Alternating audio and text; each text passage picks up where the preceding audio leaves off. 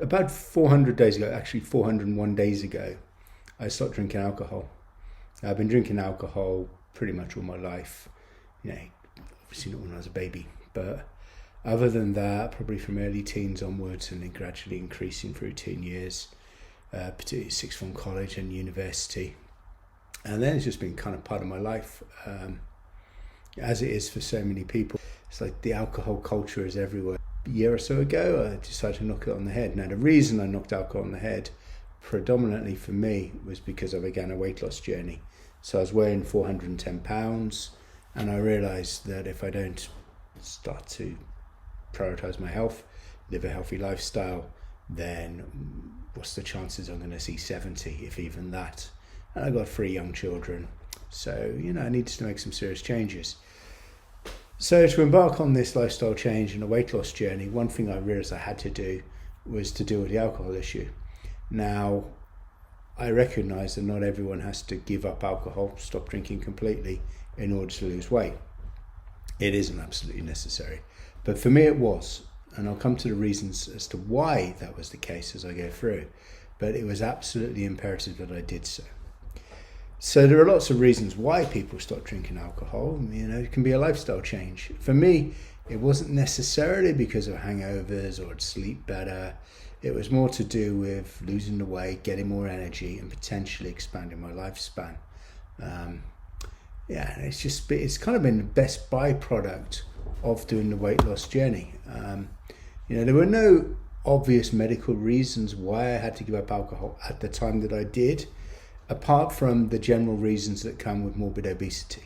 So if you're 410 pounds, if you're 186 kilograms, you pretty much need to lose weight.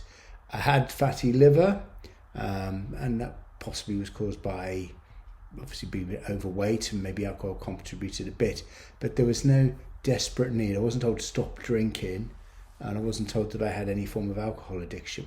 However, although I would never go as far as saying I was an alcoholic or anything, it is certainly true that I had a psychological addiction to alcohol. Now, in the sense, I could go weeks, even months at a time where I wouldn't drink alcohol, although that didn't happen that often. But when I drank alcohol, if I had 1 or 2, I needed 3 or 4, 5 or 6, and so the cycle went.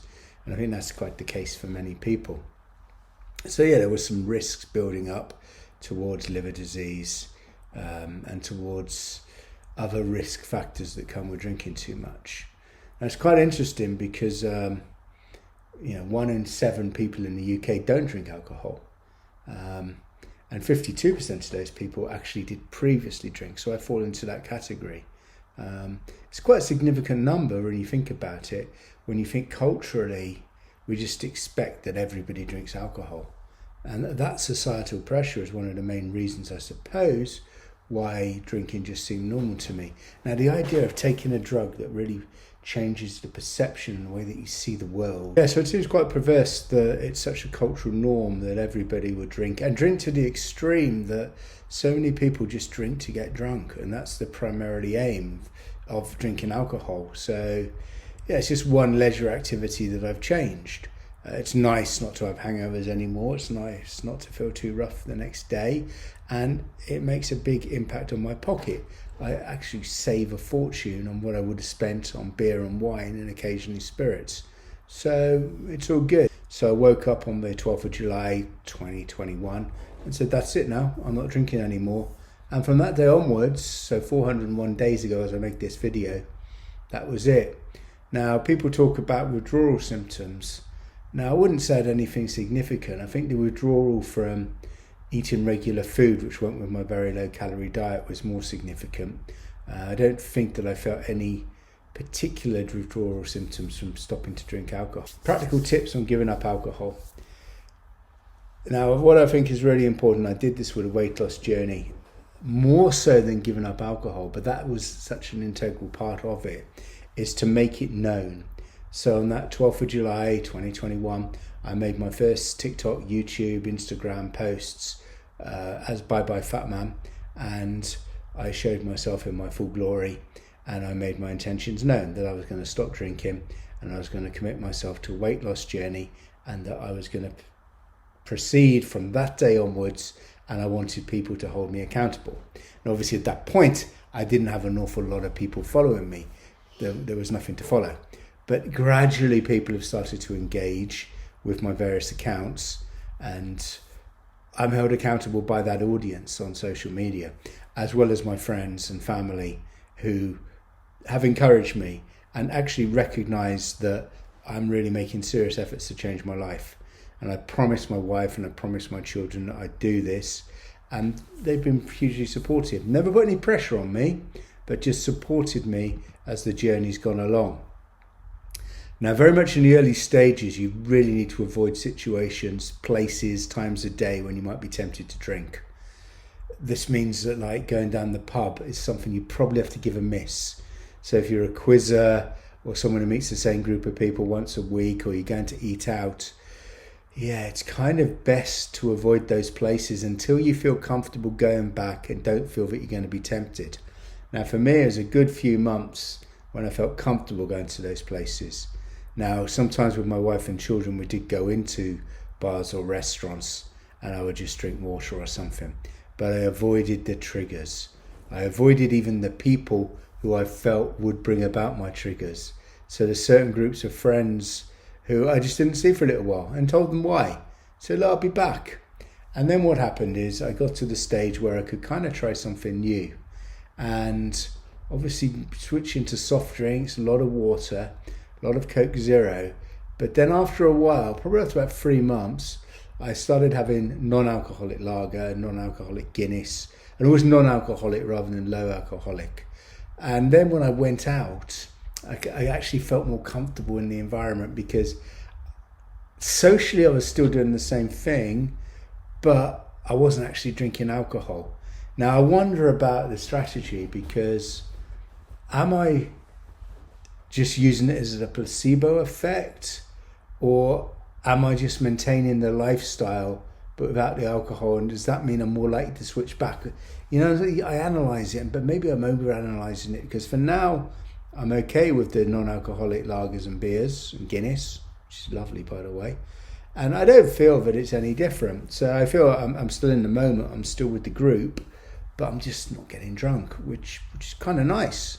And again, having a beer after work, in front of a TV, things like that. I'll have some non-alcoholic beers in the fridge. And it helps. And I don't drink them most days. Most days I don't, because of the diet, and because I'll stick to mainly the water and the sparkling water that helps with the diet more. So yeah, just finding other things to do has helped an awful lot as well. And again, it goes hand in hand with the diet.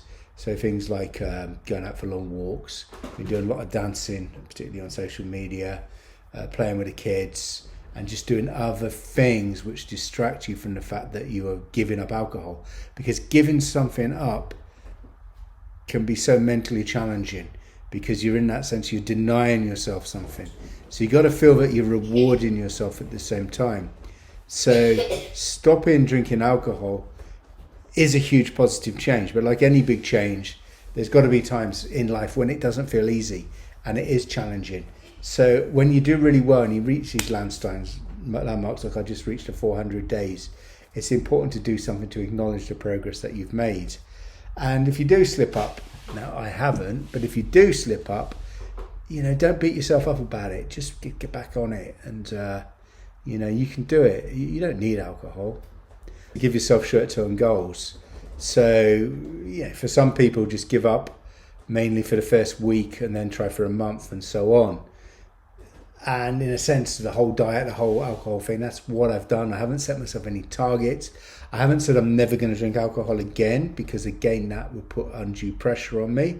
I've reached 400 days. The next stage is to get to 500 days. Now, that's probably the longest target I set myself. But it seems such a milestone, and I think I'm not likely to be tempted over the next 3 months, and I'm likely to get there. But you never know. You never know what setbacks may come. And obviously I'm now into the zone where I've kind of learned to deal with things, but it doesn't mean that something may not happen that may push me out of my comfort zone once again. And as I said earlier, the amount of money that you save through not spending, in £5, £6, £7 or euros or dollars on a pint of beer half a litre of beer is just significant, incredibly significant. And then you start to enjoy the benefits of cutting out alcohol. You start to feel better, you maybe even start to look better. For me, it's hard to tell because of the weight loss going with it. I know sometimes it shows up more with my lines on my face, but at the same time, I've got to be looking better. I'm a lot slimmer. I'm 150 pounds lighter than I was. So, and that's part of the benefit of giving up alcohol as well as the low calorie diet. So there's so much. My blood pressure. I do take hypertension tablets, but my blood pressure is much more normalized. It's not really got these kind of peaks and troughs, which again is probably partly because of the diet and partly because of not drinking alcohol. My liver function is far more healthier. I'm less likely now to get heart disease. I'm less likely to have a stroke. Doesn't mean I won't, because there's so many other factors that influence that. But giving up alcohol is liberating. Now, for anyone who's thinking about it, I think the hardest thing is societal pressure. You go out with a group of friends, whatever age you are, from teens all the way up into your 50s and beyond, you'll have social pressure to drink. At first, people say, go on, one won't hurt. Just one or two. I can just drink once or twice a week. The odd one doesn't. Yeah, that's true, but not if you've got that psychological addiction where it's a slippery slope. And also if you know that you're going to make bad decisions. So for me, if I drink alcohol, I'll never just have one. And after having a few beers or a few glasses of wine, I'm going to make other bad decisions. And in my case, that's to do with food. I will eat rubbish. I'll eat rubbish food, which is going to be high in calories, have a lot of carbohydrates, all the things that I'm trying to avoid on my weight loss journey. So for me, it's kind of all or nothing. I'm that all or nothing type of guy. Not everybody's like that. Some people can manage, not me. So you've got to really know yourself. You've got to be really self-reflective. And then you've got to develop that resilience and build up the willpower and just know that you can do it. What they say in the US, the can-do attitude. Develop a can-do attitude. Don't let anyone tell you can't do it, and don't let anyone else tell you how to live your life. You make your choices, you stand or fall by your choices. Now I hope that coming out of this, that by stopping drinking is something which will be better for me, better for my wife, better for my children, everyone around me. And thus I would tend to continue. So in upcoming broadcasts I'll be talking about more to do with the general diet, the weight loss journey, recapping a little bit on how alcohol has been part of that. So if you've liked what I've been talking about, if you've learned anything or you want to ask them any questions, please hit the comment box and please like the video and perhaps subscribe to Bye Bye Fat Man for lots more interesting and informative content.